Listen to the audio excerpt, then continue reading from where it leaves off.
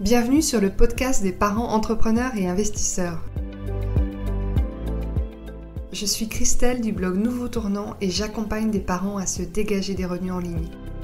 Si vous êtes à la recherche d'idées inspirantes, de méthodes, de retours d'expérience, si comme moi vous avez soif de liberté, alors je vous partage tout ici pour vous rapprocher de la vie de vos rêves, pour que vous puissiez enclencher votre nouveau tournant, pour que tout devienne possible.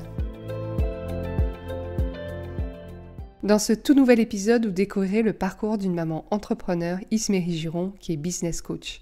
Isméry a un profil qu'on appelle multipotentiel, c'est-à-dire multi-centre d'intérêt.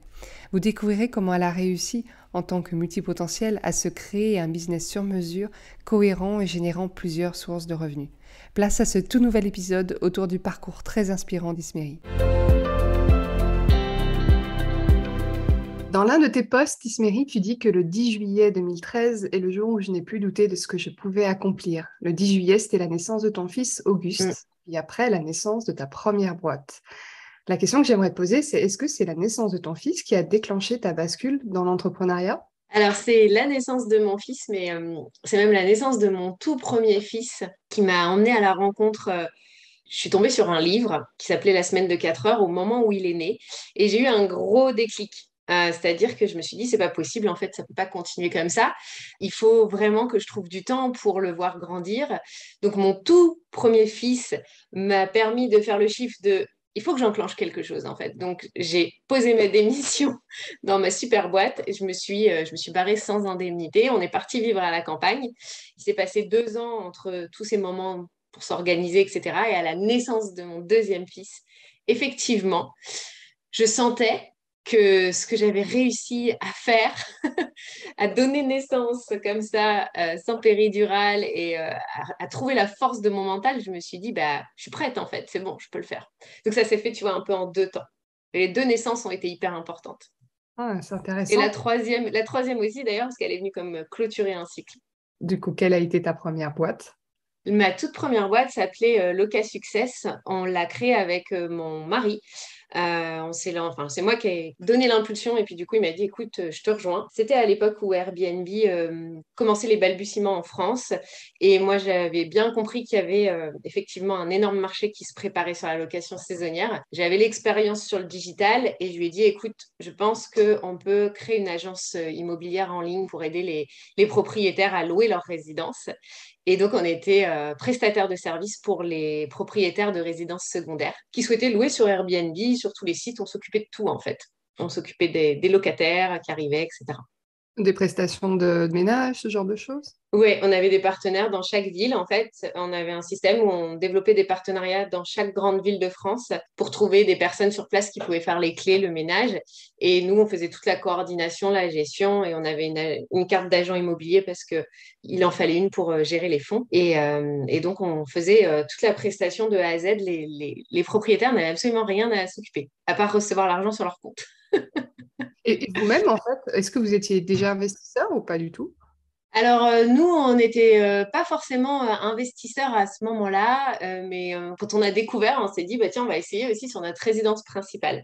Parce qu'il y a eu ce moment, justement, où Airbnb a commencé on va dire, à prendre de l'ampleur en France, où on s'est dit, bah, pourquoi on ne pourrait pas le faire aussi sur notre résidence principale. Donc, c'est comme ça qu'on a exploré. Aujourd'hui, on n'a pas décidé de garder cette maison qui était devenu un investissement vraiment de location saisonnière parce qu'on a déménagé, donc on s'est dit, bah, elle plaît, elle se loue souvent, ok, on la met en location saisonnière.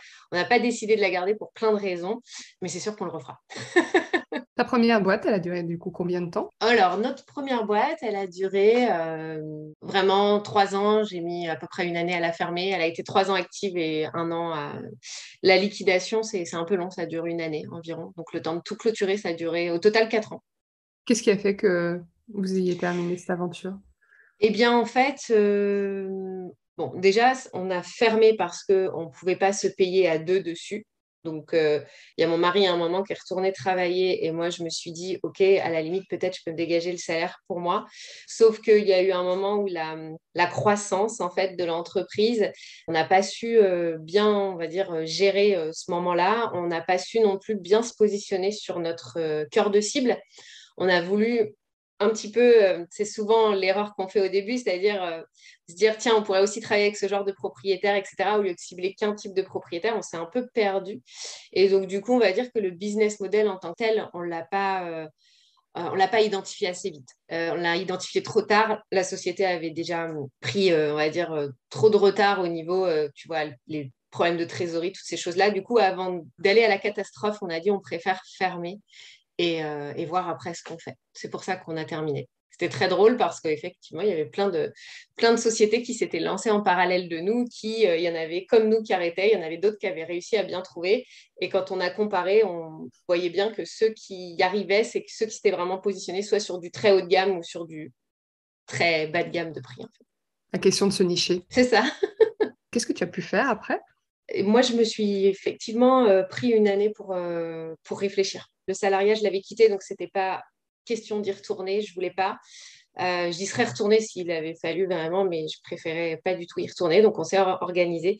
Et en fait, vu que l'entrepreneuriat me plaisait depuis déjà des années, que j'avais ces compétences digitales, je me suis dit comment est-ce que je peux accompagner les entrepreneurs qui veulent se développer en ligne. Et il y avait le monde du coaching qui m'attirait aussi beaucoup. Donc, je me suis formée sur un programme américain à l'époque. C'était il y a 3 ans. C'était il y a 3 ans, après cette année de réflexion.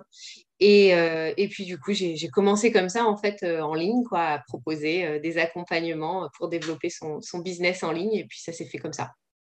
Voilà. Est-ce que tu t'es formé régulièrement? Parce que tu dis qu'effectivement, tu avais déjà cet énorme atout, c'est la compétence digitale. De quoi as-tu eu besoin? Tu as parlé quand même d'un programme, effectivement, américain. Selon toi, quelles ont été les compétences que tu as eu ensuite à développer au fur et à mesure? Ben, en fait, je pense que dans le métier, effectivement, de coach, mais pas forcément, juste le fait d'être entrepreneur, ça demande de développer son leadership. Donc ça a été mes plus gros investissements au final, parce que, comme je te disais, j'avais les compétences pour tout ce qui est la partie web, digitale, accompagner les clientes dans leur réflexion, accompagner les clients dans la structuration marketing, tout ça c'était bon. Mais juste garder le cap, en fait. Je pense que c'était ça le plus gros investissement que j'ai fait ces derniers temps sur moi-même, c'était sur le leadership, en fait. Est-ce que tu as rencontré des difficultés, des peurs auxquelles tu n'étais peut-être pas préparée? Ouais, tous les jours.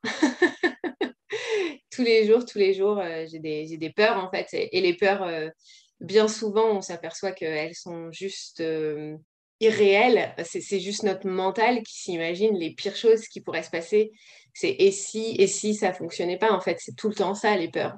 C'est ça. Après, il y a effectivement la réalité du quotidien où quand tu es voilà, en train de gérer une société et que bah, tu te dis effectivement, est-ce que ça tient l'année? Est-ce que les clients vont continuer à arriver? Est-ce que la trésorerie va continuer à progresser? Ou est-ce que si j'ai des moments de creux, comment est-ce que je fais? Comme tu le dis, et d'avoir plusieurs sources de revenus, c'est hyper important pour un peu avoir déjà plus cette tranquillité d'esprit. Mais après, effectivement, il y a toutes les peurs qu'on se raconte tous les jours. Comment tu arrives à prendre le dessus? Alors moi, j'ai l'impression que c'est vraiment un entraînement du quotidien parce que quand je vais te le dire comme ça, tu vas dire ouais, ça a l'air facile, mais c'est juste de s'extraire. En fait, moi, c'est ce que j'arrive à faire maintenant, mais parce que ça fait des mois et des années que je le pratique, c'est de m'extraire en fait de moi-même, comme de sortir de mon corps et de regarder la situation de haut et puis de dire ok, est-ce qu'on a la main dessus ou pas? Est-ce qu'on peut faire quelque chose à propos de ça? Qu'est-ce qu'on peut faire? Est-ce que c'est vraiment réel? Est-ce que je peux le voir d'un autre angle? Voilà, c'est juste de s'extraire de la problématique et puis d'aller s'auto-coacher en fait. Quand c'est comme ça, c'est ce que je Ouais. fais. Je te rejoins, je fais pareil. Même si certaines fois, c'est difficile de s'extraire. C'est ça. Je parle, tu C'est sais, de la position de drone, en fait. On est au-dessus, on se... Ah! c'est ça. Et comme tu dis, des fois, c'est difficile parce que bah, on part dans nos peurs et on se rend pas compte qu'on est en train de partir dans nos peurs en fait. Mais c'est pour ça que c'est un exercice qu'il faut le pratiquer au quotidien. Ce que j'allais dire, en fait, hein, c'est plus on l'exerce, plus ça devient presque un réflexe, en fait, plus facile. Mm. C'est ça. Notamment par la méditation, j'imagine que tu la pratiques. Oui, moi, c'est la cohérence cardiaque que je pratique énormément. Mais effectivement, c'est une sorte de méditation. Ouais.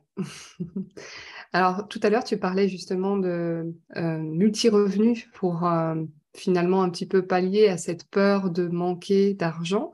Toi, tu es une entrepreneuse à multifacettes, Est-ce que tu peux nous dévoiler tes autres sources d'activité? Oui, oui, bien sûr. Alors effectivement, ça c'était le début de l'histoire, le coaching, accompagner les entrepreneurs à développer leur business en ligne. Et puis il y a eu la rencontre avec une société de marketing de réseau qui s'appelle doTERRA. Ça, c'était il y a 1 an et demi. Et en fait, ça a fait complètement sens par rapport à ce que j'étais en train de développer, d'ajouter, on va dire, ce stream de revenus voilà, dans la globalité de ce que je proposais. Et j'ai envie de dire, c'est même devenu maintenant mon pilier, en fait, parce que il répond. C'est ça qui est génial aussi dans le marketing de réseau, c'est que ça répond à plein, j'ai envie de dire, de mes critères pour entreprendre. Et en plus, c'est vrai qu'il y a cette notion d'avoir une équipe, d'avoir une société qui porte, où tu n'as pas à réfléchir forcément, j'ai envie de dire, aux innovations produits. Nous, dans notre monde de service, il faut qu'on réfléchisse aux innovations et ce qu'on va proposer le mois d'après et le trimestre d'après. Là, ça se fait tout seul. Donc, en fait, il y a vraiment une structure. Et puis après, il y a la mentalité de cette société qui est juste magnifique, en fait, leur vision des choses. Du coup, j'ai pris le train, je suis montée dans le train doTERRA et ça répond complètement aussi à ma vision d'aider les entrepreneurs parce que c'est vraiment créer une équipe entrepreneuriale avec qui je peux grandir sur plusieurs mois, plusieurs années. Donc voilà, ça, c'est la deuxième corde à mon arc. On va dire que c'est presque devenu, pour moi maintenant, c'est devenu mon pilier principal de développement de ma boîte. doTERRA, pour les personnes qui ne connaissent pas. Tout à fait. Alors, doTERRA, comme je disais, c'est une société de marketing de réseau et c'est une société qui commercialise, donc qui propose des huiles essentielles, des micronutriments. Donc, c'est des huiles essentielles qui sont pures, c'est-à-dire que la fondatrice à la base, c'est une femme. Elle s'est trouvée confrontée à cette problématique quand elle a eu la naissance de son premier enfant, de se dire, en fait, tous les médicaments, tout ça, ça ne me va pas, je veux des solutions naturelles. Et plus elle creusait dans les huiles essentielles, plus elle s'apercevait qu'en fait, les huiles essentielles n'étaient pas si pures que ça. Il y en avait beaucoup qui étaient frelatées, qu'on n'avait pas de traçabilité, que même sur le bio, il y avait des choses, tu vois, des ajouts, des trucs pas très nickel. Donc elle a vraiment eu ce truc de se dire, OK, moi je veux que mes enfants ils aient des huiles essentielles pures. Et donc ça, c'était la vision de base de la société. Elle a embarqué avec elle des amis qui étaient médecins, qui étaient voilà, qui pouvaient l'accompagner dans ce projet. Et ils ont créé ça maintenant il y a 12 ans. Et pour la petite anecdote, en fait, là, ils viennent de sortir la vanille, l'huile essentielle de vanille qui est plutôt rare. Ils ont mis 10 ans à la sortir parce que ça ne répondait pas à leurs critères et à leur cahier des charges avant. Donc, en fait, c'est pour dire à quel point ils sont dans la recherche de la pureté et de l'excellence avec leurs huiles. On en avait un petit peu parlé parce qu'effectivement, j'avais mené récemment une masterclass sur les multirevenus et auprès de mes clients, j'avais parlé de cette composante du marketing de réseau et qui pouvait avoir une mauvaise presse aussi. Certaines C'est personnes vrai. se disent, ouais, c'est du MLM. Et moi-même, je l'avoue en toute transparence, j'avais vraiment un a priori jusqu'au jour où j'ai rencontré des personnes comme toi et aussi comme Sandrine qui est sur une autre activité, mais peu importe, où là, on sent qu'il y a vraiment des valeurs derrière et vous êtes vraiment engagé pour des produits avec lesquels vous, voilà, vous y croyez vraiment et ça change tout. Ouais. Oui, puis c'est ça, et puis c'est la vision que porte l'entreprise, c'est important parce que effectivement, quand on veut ajouter un stream de MLM, du coup de marketing de réseau, c'est la complexité qu'il peut y avoir parfois, c'est de dire mais c'est quoi le rapport avec ce que je propose déjà en fait? Parce que du coup, les clients, ils vont comme pas me suivre ou se dire mais qu'est-ce qui se passe? Pourquoi est-ce que pour nous, des fois, ça peut être un peu, comme je dis, confusing dans notre tête. Mais en fait, comme tu le dis très bien, quand tu trouves la société qui porte les mêmes valeurs que toi et qui a la même vision que toi, doTERRA, c'est changer le monde une goutte à la fois. Donc, il y a dans cette vision d'aider les gens à s'empuissancer, vraiment, c'est très fort. Du coup, c'est complètement, ça se marie super bien avec ce que je fais. Et comme tu dis, hein, d'un seul coup, en fait, c'est plus du MLM. En fait, moi, je le présente rarement sous le nom MLM parce que c'est juste une classification d'une société comme une autre. Mais oui, c'est ça. C'est des très belles visions. Et quand on est entrepreneur débutant ou pas et que justement on a envie d'aller dans un projet, mais qu'on ne sait pas encore trop ce qu'on a envie de proposer, ce genre de structure, quand on est à fond dans la vision, c'est extraordinaire en fait. Ça peut vraiment aider des gens qui veulent débuter dans l'entrepreneuriat, qui ne savent pas comment s'y prendre en fait. Le business est déjà là. Exactement, il existe et on est sûr que la demande existe sur le marché en fait. Donc, je pense que comme tu le dis, il y a mauvaise presse, mais c'est en train de changer les mentalités. Et puis voilà, les gens s'aperçoivent qu'il y a eu mauvaise presse à un moment donné parce qu'il y a eu des pratiques un peu étranges, abusives sur le sujet. Maintenant, en plus, c'est très réglementé, très suivi. Donc c'est une belle opportunité de grandir en fait. Comment t'es arrivé à intégrer du coup cette composante doTERRA avec ton activité de coaching? Est-ce qu'au départ, tu les segmentais, tu les séparais ou comment ça s'est Au passé? départ, dans ma tête, un petit peu, mais en même temps, vu que le marketing de réseau nous offre cette possibilité de créer une équipe avec d'autres entrepreneurs, moi, j'ai choisi de parler de ça depuis l'espace justement de je peux t'accompagner à créer ton entreprise en ligne. Et en plus, j'ai envie de dire le produit que tu peux vendre. Donc, moi, c'est plus depuis cette approche-là que je l'ai. Il y a certaines personnes qui vont vraiment en parler depuis l'approche des huiles essentielles. Alors moi, ça ne m'empêche pas du tout de parler de mes huiles et de faire mes ateliers régulièrement aussi en présentiel. Mais c'est vrai que je l'ai plutôt adopté depuis vraiment le prisme du partenariat et de l'entrepreneuriat avec d'autres personnes. C'est vrai que j'aurais pensé l'autre prisme, alors que toi, tu effectivement ce cœur de métier que tu as sur l'activité en ligne. Donc, en fait, tout fait sens. Et d'ailleurs, comment tu Exactement. définis? Alors moi, dans ma présentation sur mes réseaux sociaux, j'aide les entrepreneurs à avoir plus d'impact et moins de stress dans leur business. Parce que en fait, les huiles essentielles et puis tout l'aide de la micronutrimentation, c'est vraiment ce que ça peut apporter au quotidien quand on les utilise. Donc le produit en lui-même. Et après, toute ma partie, on va dire, coaching est aussi axée là-dessus. Donc la phrase, elle englobe tout. Elle englobe tout. Voilà. Exactement. Et puis, c'est souvent ce que je dis à mes clientes, essayez pas de chercher midi à 14 heures dans les phrases de présentation. Des mots simples peuvent suffire parce qu'effectivement, c'est souvent le truc, le fameux j'accompagne les nanana. C'est le truc qui peut nous angoisser. Et en fait, on peut rester simple parce qu'effectivement, de toute façon, les gens après, ils vont nous découvrir parmi nos posts, nos vidéos, nos offres. Ouais, puis on évolue aussi tellement que quelque part, de toute façon, à chaque fois, notre discours va Ça évoluer. change. Que dans 3 mois, tu vas nous dire peut-être encore d'autres nuances. C'est ça exactement. On peut rajouter des nuances au fur et à mesure.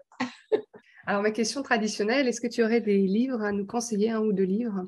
Oui, alors c'est vrai que je t'ai parlé du livre qui a fait le gros shift qui s'appelait La semaine de 4 heures. Après, il y a beaucoup de livres, je sais qu'on recommande souvent sur Réfléchissez, devenez riche. C'est des livres que j'aime beaucoup aussi. Mais moi, il y en a un qui m'a vraiment marqué ces derniers temps. C'est Un alchimiste raconte de Patrick Burensteinas. Donc, c'est vraiment un alchimiste, en fait, qui parle juste de son expérience d'alchimiste. Et au début, on peut croire que, du coup, il va nous parler tout le temps de métaux, de transmutation de plomb en or et tout, mais c'est juste des métaphores par rapport à ce que nous, on vit en tant qu'être humain, de ce qui se passe à l'intérieur de nous. Et c'est un livre à mettre entre toutes les mains, en fait, entrepreneur ou pas, sur une vision de la vie qui est assez extraordinaire. Donc ça, c'est ma lecture, mon gros coup de cœur de ces derniers mois. Est-ce que tu aurais aussi un mantra ou une citation en ce moment qui t'inspire? Alors, moi, il y a un mantra qui m'a accompagnée justement pendant toute la préparation. Du coup, ça va boucler avec le tout début de notre conversation. La naissance de mon second fils, Auguste. J'ai vraiment été dans la préparation, que ça soit mentale, physique. J'ai beaucoup lu parce que je voulais vraiment m'approprier cette naissance, vu que mon premier fils était né par césarienne. Là, je voulais faire la voix basse sans péridurale. Et donc, je savais que c'était une préparation assez spécifique. Et j'ai lu un livre d'une sage-femme qui s'appelle Message d'une sage-femme pour une naissance libre. Donc, c'est un livre qui date quand même de 2008. Hein. Et il y avait une phrase dedans qui m'a toujours suivie, qui est toujours valable pour tout le monde. D'ailleurs, ce livre, quand je l'ai lu, je me suis dit, en fait, c'est là où j'ai mis les pieds dans le dev perso, quoi. C'était mes premiers pas dans le dev perso, parce que c'était le livre parlait de naissance, mais au final, il parlait de nous. Et donc, cette phrase, c'était, je fais de mon mieux dans le respect de moi-même, avec les cartes de l'instant. Le reste appartient à l'univers. Hmm. Voilà. Et donc ça, c'est un mantra que c'est un peu ma phrase choc que j'arrive à ressortir des fois quand une cliente, elle est juste dans le brouillard. Et puis... Mais même pour moi-même, en fait, je fais de mon mieux là avec les cartes de l'instinct, avec ce que j'ai. Et le reste, ça appartient à l'univers. Je ne peux pas tout contrôler, en fait, pour le lâcher prise. Ouais, c'est ce que j'allais dire. Il y a un certain lâcher-prise. On évolue, on agit, mais on sait aussi qu'il y a une grande part où on ne peut pas, on lâche prise sur la suite. Ouais. C'est ça, exactement. Merci, Smiri. Est-ce que tu aurais un conseil peut-être un tout dernier conseil à donner à des personnes, des parents, justement, qui qui se questionnent, notamment peut-être des nouvelles mamans, tu vois, et qui ont envie de se lancer dans l'entrepreneuriat et qui ont peur? Qu'est-ce que tu leur dirais? Je leur dirais que souvent, notre peur est liée au fait qu'on imagine déjà là où on devrait être. C'est-à-dire qu'on s'imagine que c'est quelque chose d'énorme qu'on doit créer. Et donc, moi, la sensation que ça me faisait, c'était comme il faut appuyer sur des boutons d'une énorme soucoupe volante et la faire décoller. Et donc, le conseil que je leur donnerais, c'est une étape à la fois, en fait, de commencer juste par la première étape. C'est tout. Et ensuite d'aller sur la seconde étape et de voir ça comme un chemin et comme une expérience, parce qu'il n'y a pas, comme on le dit souvent, il n'y a pas d'échec, c'est juste des essais. Donc, expérimenter et y aller un pas à la fois. Ça me parle tellement. Où peut-on te retrouver, Isméry? Alors, moi, généralement, on me retrouve plus sur Facebook, sous le nom Isméry Giron. Sur Instagram, c'est Isméry, tout simplement. C'est Et facile, il n'y puis, a qu'une Isméry sur Insta. alors, en fait, j'ai dégainé, c'est-à-dire que le jour où Instagram a été créé, j'ai vite, ça devait être en 2010 ou 2011, je ne sais plus, j'ai vite pris mon nom en fait. Donc depuis, il y a des gens qui m'écrivent pour me dire est-ce que je pourrais avoir ton nom? Je dis bah non, en fait, c'est le mien. Donc effectivement, toutes les autres Isméry n'ont pas eu la chance d'avoir le arobase Isméry, mais moi je l'ai. Donc voilà, c'est surtout sur Facebook qu'on me retrouve. Ça marche. Un grand merci à toi. Merci Christelle. Merci à Isméry pour ce partage authentique et dans cette joie communicatrice. J'ai aimé comprendre comment Isméry a réussi à composer avec ses différentes facettes pour se créer son propre univers à elle. C'est tellement important quand on évolue dans l'univers du coaching qui est peuplé de nombreux coachs, de nombreux professionnels. C'est essentiel d'arriver à se démarquer et à devenir unique. J'ai aimé aussi la vision qu'elle nous a partagée sur le marketing de réseau, dit MLM, qui peut correspondre tout à fait à une certaine éthique. L'important, c'est surtout qu'il puisse répondre à nos valeurs, à notre propre vision du monde. Si vous avez aimé ce podcast, je vous invite à le partager autour de vous afin que d'autres parents puissent bénéficier de ces retours d'expérience et pour enclencher à leur tour leur propre nouveau tournant. Nouveau tournant, un podcast produit par Christelle Chetkowski.